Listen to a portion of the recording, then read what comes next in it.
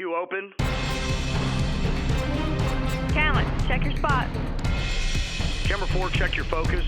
Carol, make sure the phone guests are standing by. Okay, Don, we're ready out here. Okay, thanks. Let's rock and roll. Count them in. 10, 9, Here we go. 8, Flying graphic. 7, Camera 2, I'm going to be coming to you 5, first. Stand by to Q mark. 4, 3, 2. And Q mark. There seems to have been, or we seem to be undergoing, a major increase in the amount of people that are interested in the issue of racism with Planned Parenthood. And people apparently feel emboldened now to come out and say, well, hey, there's another issue beyond this just selling the body parts. What about the racism of these people? And, you know, the Maafa project, Maafa 21 continues to rock and roll. And for people to, just for your knowledge, we've put out about 175,000 of the DVDs now. And of course, it's been watched by millions of people on television and in personal settings in churches and convention centers and things like that. But the project keeps on going. It keeps on growing, actually. It's getting bigger. But we have seen a real resurgence in it just in the last week or so.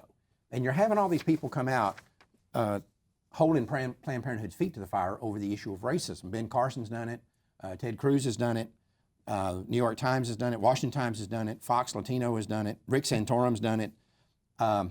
Laura Ingraham has spoken out recently on it. Yeah, she's great on the subject. Rush Limbaugh, who's never really been all that interested in the pro-life thing, it didn't seem like. But the other day, somebody called me and said, hey, I just listened to Rush Limbaugh. He did about 6 or 8 minutes just lambasting Planned Parenthood, not over the baby parts thing, but over the racism issue.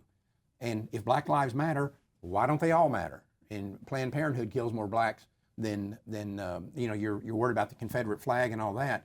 More blacks were killed under this flag than under that flag. Why are you ignoring that one? Our buddy, Reverend Clenard Childress, is joining us from New Jersey. Hello, Clenard, how are you? Oh, doing great. Happy to be with you.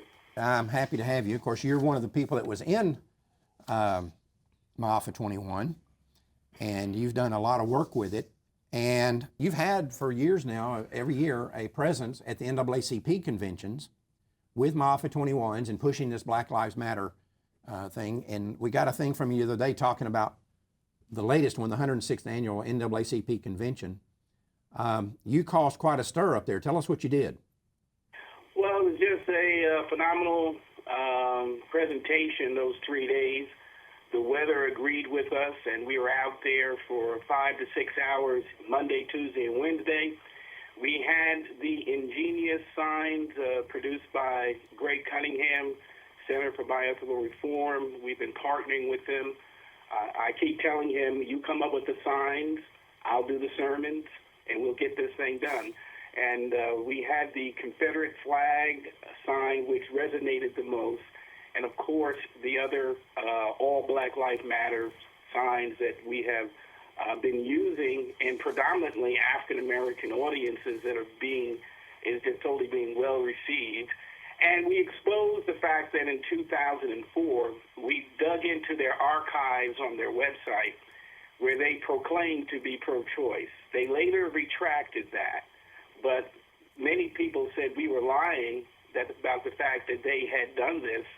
And I don't know why it was just this year. I figured, you know, something we could probably find that online, and a good friend who does our printing for us dug in and found it, and we were handing that out along with the roughly 1 million babies since then, that African-American children that have been killed since they have decided that they wanted to be gloriously pro-choice. Wow. So we passed out roughly 6,500 pieces of material to the 3,000 attendees. So I know we have some city people that we also hit, but it was just very well received. Of course, you had your normal people that objected, but it was very hard. People were breaking down, weeping outside. Once again, those who were post-abortive and were able to talk to some of the women that we brought down. We had a team of between 22 and 25 each day. We had 2 brave Caucasian pastors passing out with us Monday. My friend Philip Randall and his friend down there in Philly. He pastors in Philly. And so we just had a great time communicating, and it was extremely pivotal. As soon as we're down there doing this, it breaks with this Planned Parenthood and body parts. And Mark, I think it was your ministry that pointed us in that direction years ago. It's amazing how people are so shocked at this. They've been doing it for years. Yeah, So it's not new. It's great that we were there. We passed out Maafa 21. A couple of people that said, keep doing what you're doing. We're making progress. These were NAACP delegates. And I do have a funny story if I have time. Sure. There's a lady that comes out. I can't say her name. I don't want to get her in trouble. A lady comes out. She's taking pictures of every sign that we have. She is a higher up. She's in the board. Let's say this, not the national board, but the board in her city, and she has a high position. She comes out to me and says, "We got to get this into our city. Are you willing to come?" I said, "Sure. We got to get this in our city." And I said, "No problem." I said, "What's the name of your group?" And she says, "The National Action Committee." I got to get Al Sharpton involved in this. Oh, yeah, good luck. So I said, I said, that'd be a great idea. We could certainly use them. I left it right there. But it has showed me the ignorance of the politics of abortion in the African American community. Here, she's believing that Al is unaware of this. Wow. Right.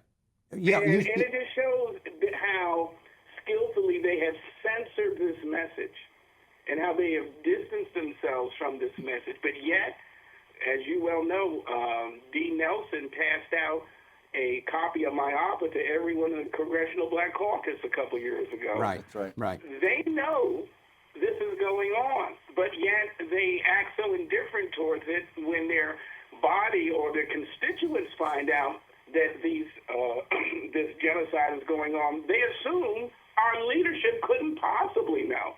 And this is going to be a lot of fun. Clenard, you should have told that lady, ma'am, Reverend Sharpton is already involved. The problem is he's involved on the other side. So, Can I ask the Reverend a question? Get in there first before she finds that out. Reverend Childress, I want to ask you a question. Now, why would, I know, but I want you to tell our audience why a group of African American pastors and leaders would bring a Confederate flag to an NAACP rally. Tell me about that sign. Well, because I am appalled, I'm sure others are appalled, that we can yell and scream so much about a Confederate flag, and I think Mark alluded to earlier, there's far more damage done by the Planned Parenthood banner and abortion than the Confederate flag ever thought about being able to do. Yet they use these things for political ploys and intimidation, and yet we are ignoring the 1,786 African-American children that are killed each day, led by the leading abortion provider.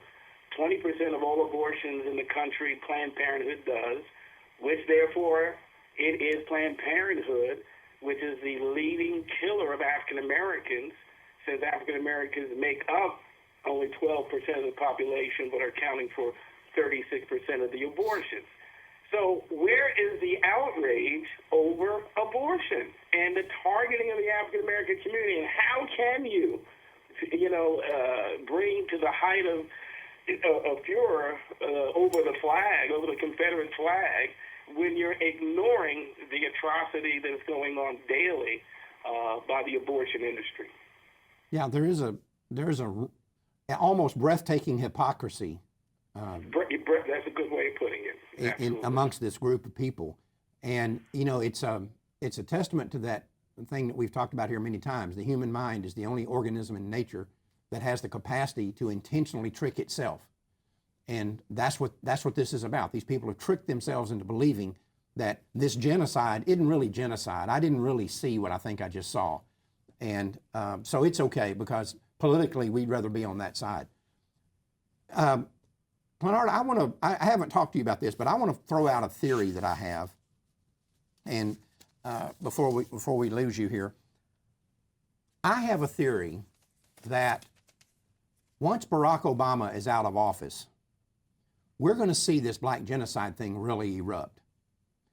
Not because he is tamping it down, although he is, but that's not the reason that it's going to erupt once he's gone. I think there is a certain sense among many people in the black community that they look at policies that Obama has put forward that have actually harmed the black community, even if you leave out the abortion issue. I mean, black unemployment rates have gone through the roof, poverty rates higher, more of them on food stamps, all those things.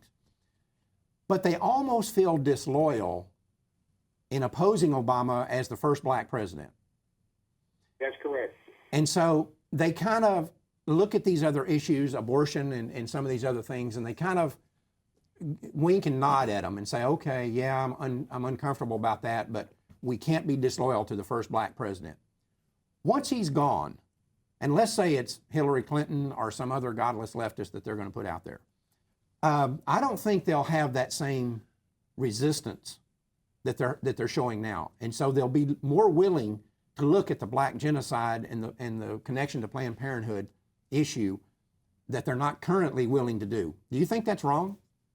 No, that's quite accurate. And I think Barack Obama really, as I stated at the beginning of his presidency, that indeed we would begin to look at abortion more so now because of his just being so linked to Planned Parenthood being a fundraiser, and that people would look at it, but as you've already stated, because of loyalty, they will not truly become outraged or oppose it too vehemently at all. But yes, as he is leaving, there's no question there's going to be those who step up far more so than they had previously. And let's face it, Clinton and the Obamas aren't the best of family members anyway. Right. It very well may be quite easier if it's Hillary Clinton. So we stand right at the precipice of a great awakening, I believe, where the necessary steps will be taken in the African American community to bring this from the back burner to the front burner. And that's the reason why we're outside in front of NAACP and other gatherings, that this is not being discussed on the inside. We have the truth. We will win in any debate. They know that. But it's going to be, as you stated, far easier when Barack Obama is not sitting in the Oval Office. I agree with that. Well, then, if we agree that's true, then I think we can look back and see God's timing in this deal. Yes. Because we came out with Maafa in 2009, and most pro-life projects have a pretty short shelf life. They'll come out 90 days later, you moved on to the next thing. Here we are 6 years down the road, and Maafa 21 is growing. This whole black genocide thing is burgeoning like what you're seeing. Mm-hmm. And I think we need to be open to the idea that God allowed Maafa 21 to come along when he did to prepare us. In other words, we've laid the groundwork. Yes. You know, we produced it. Broken up. Yes. We produced it. Guys like you and Johnny Hunter and all the other people around the country are out on the streets promoting this. It's growing and growing. It's 6 years. We're 6 years into it, and we're looking at the end of the Obama administration coming up here fairly quickly. We're going to be ready to take this to the mat. No question about it. And not only that, it's really resonating more so now because, you know, the buyer's remorse is setting in. No doubt, and as you stated previously, they will not revolt. Okay, they're not going to revolt against the Democratic Party or because of Barack Obama. But those seeds, that information is settling, and we really need preachers during this time that's coming to be willing to take the message to the pulpit, to the streets, because the ground has already been broken up for them to receive what they're going to say. And so, and that, yes, and it would take years for that to have happened. And that's why Maafa came out when it did. It was to begin that process, probably the last wave of the last revival in this country, because this country desperately needs revival. And you can't have revival with the church in an agreement of killing babies. Right. So yes, this is all God's timing, and I'm happy to be a part of it. Well, we're happy to have you. None of this would have happened without the cooperation of you and the others that are in the video and that helped me behind the scenes. But again, I think that it's a miraculous thing. We didn't know in 2009 that this is what was happening. We just came out with it. It exploded. We went on down the trail. But now looking back on it, it's clear that God had a plan, which He always does, even whether we're too stupid to figure it out or not. He's always got a plan, and I think He just prepared us. Because if we had come out with Maafa 21, let's say that we're ratchet forward now, and we're to the point that Barack Obama is leaving office, and let's say at that time we released Maafa, it would have taken us 5 or 6 years to get to the point where we are today. That's right. And that opportunity would have been blown. But now we have an opportunity. We're tanned and rested. You know what I mean? We're ready to rock and roll with this. We've got experience with it. We've got credibility with it. And we're still waiting for the first time that Planned Parenthood or any of the other people in the abortion industry come out and say that there's something wrong with Maafa, that this is factually incorrect, this is factually incorrect. For 6 years, they've never once been able to say that because we did our homework on that. Yes. And I think we're ready. We're poised right now. Well, the beauty of Maafa 21 is, I don't know with you or anyone else, no one refutes anything in it. No one takes issue Right. and can say that that is false information or that's hyperbole or that you're just some radical right-wing reverend talking nonsense. But it is well done. But yet now, for such a time as this, I believe, that those who have watched it and have kind of just pondered upon it, I believe are going to be driven to act upon the information that they've learned. Even this recent sting gives credibility to Maafa 21 because much of what is exposed in Maafa 21 is behind the scenes and no one is aware of the connections and the diabolical plots that are focused against the African American community. So this is all good. I just hope we don't, as a pro-life ministries, don't make mistakes. This is a great open door. And I believe, and many people are saying that they feel it is turning, despite the judges we have. And of course, we the people can still get it done. And I think there's going to be more social activism now than ever before also because of all these events seem to be culminating at the same time. And Reverend, can I ask you, I know that the March Across Selma happened, and you're having these women raise up and talk about how abortion has affected them. And I'm kind of curious, since the percentages proportionally of African American women who are having abortions is so much higher, there is clearly a target on that community.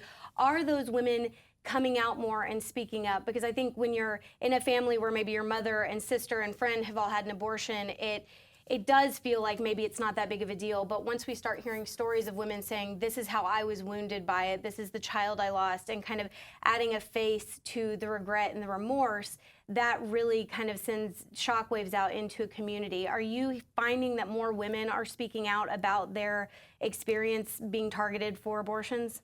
Oh, absolutely. We're presently doing a inner city project in New York City with just that. We've looked at the Silent No More tapes, and what we're going to do is get regular community people to give testimony for 2 to 3 minutes, and we're asking churches to show that during their service as a point of contact, because needless to say, when women who have had abortions or have experienced a sister, someone close to them who have had one speak, it far more resonates, it's far more moving than any other source.